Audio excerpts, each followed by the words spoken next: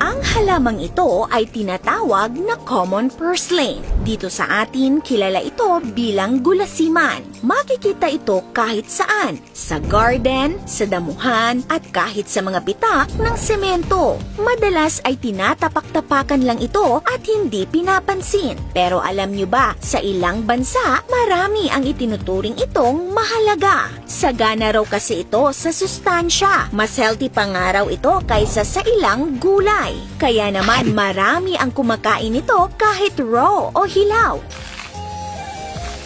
Pwede rin itong lutuin bilang ulam o isahog sa iba't ibang putahe. Ang common purslane o Portulaca oleracea ay isang halamang damo na may makatas na dahon at tangkay. Kilala rin ito sa iba't ibang pangalan, gaya ng little hogweed, wild portulaca, parsley at sa